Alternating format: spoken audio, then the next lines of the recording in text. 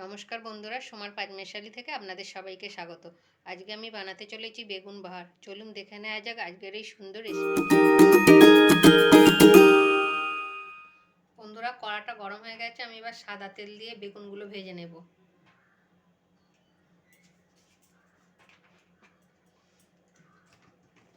আর বন্ধুরা, আমি বেগুনগুলো নুন, হলুদ আর একটু লঙ্কা গুঁড়ো দিয়ে মাখিয়ে রেখেছি আগে থাকতে, কারণ বেগুনগুলো আগে থাকতে মাখিয়ে রাখলে নরমও হবে আর ভালোভাবে ভাজাও যাবে তাড়াতাড়ি।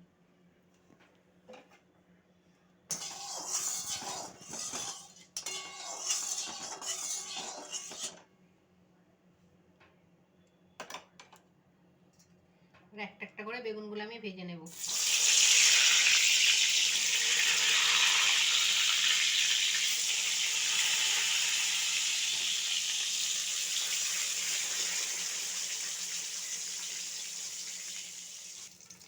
বন্ধুরা, বেগুনগুলো ভাজা হয়ে গেছে, আমি এবার তুলে নেব।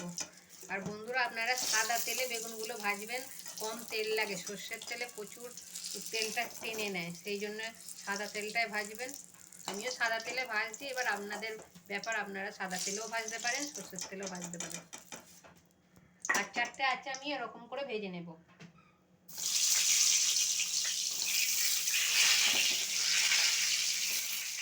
বন্ধুরা, আমি যে সাদা তেলে বেগুনগুলো ভেজেছিলাম, আমি ওই তেলেতেই এবার সর্ষের তেল দিয়ে রান্নাটা করব।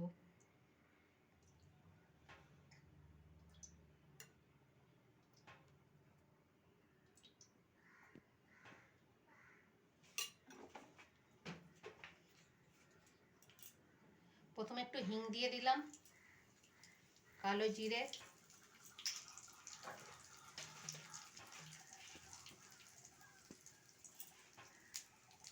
দুটো শুকনো লঙ্কা,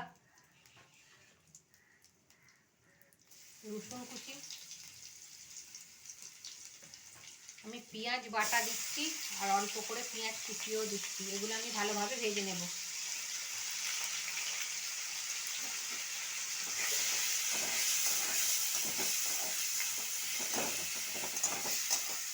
পেঁয়াজটা ভাজা হয়ে গেছে, আমি এবার আদা বাটা দিয়ে দিলাম, পরিমাণ মতো নুন দিয়ে দিলাম,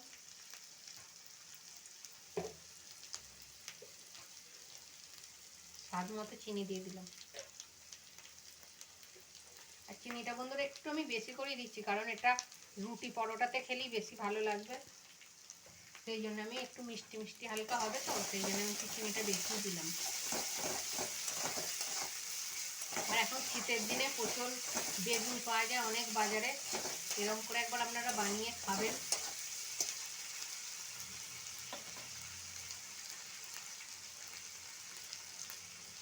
রোজই একই খাবার খেয়ে খেয়ে যদি বোর হয়ে যান। এরপর আমি লঙ্কা গুঁড়ো দিয়ে দিলাম, হলুদ গুঁড়ো দিলাম, জিরে গুঁড়ো দিলাম, ধনে গুঁড়ো দিলাম, দিয়ে মশলাটা আমি ভালোভাবে একটু কষে নেব।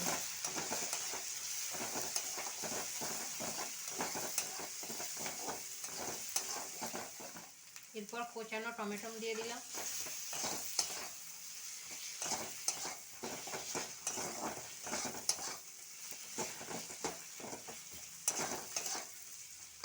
এরপর বন্ধুরা যেইটা দিতে হবে, ফেটানো টক দইটা একটু বেশি করে দেবেন।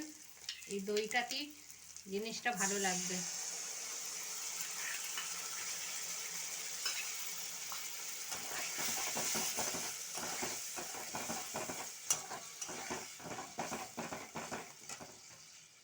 বন্ধুরা দেখুন, মশলা থেকে সুন্দরভাবে তেল ছেড়ে দিয়েছে।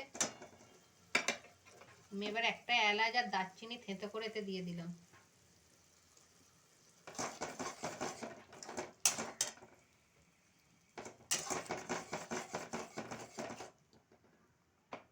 এরপর আমি ধনে পাতা কুচিগুলো দিয়ে দিচ্ছি।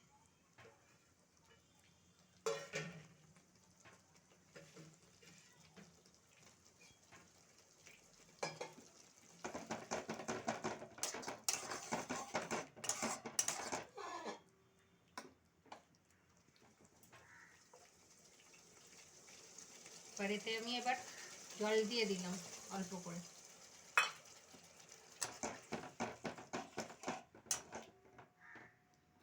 সব শেষে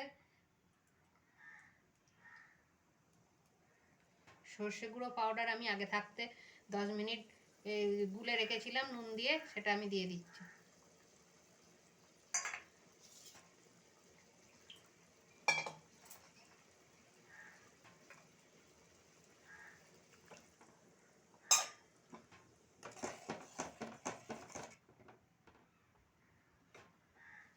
গ্রেভিটা ভালোভাবে ফুটে গেছে, আমি এবার বেগুন ভাজাগুলো এক করে দিয়ে দিচ্ছি।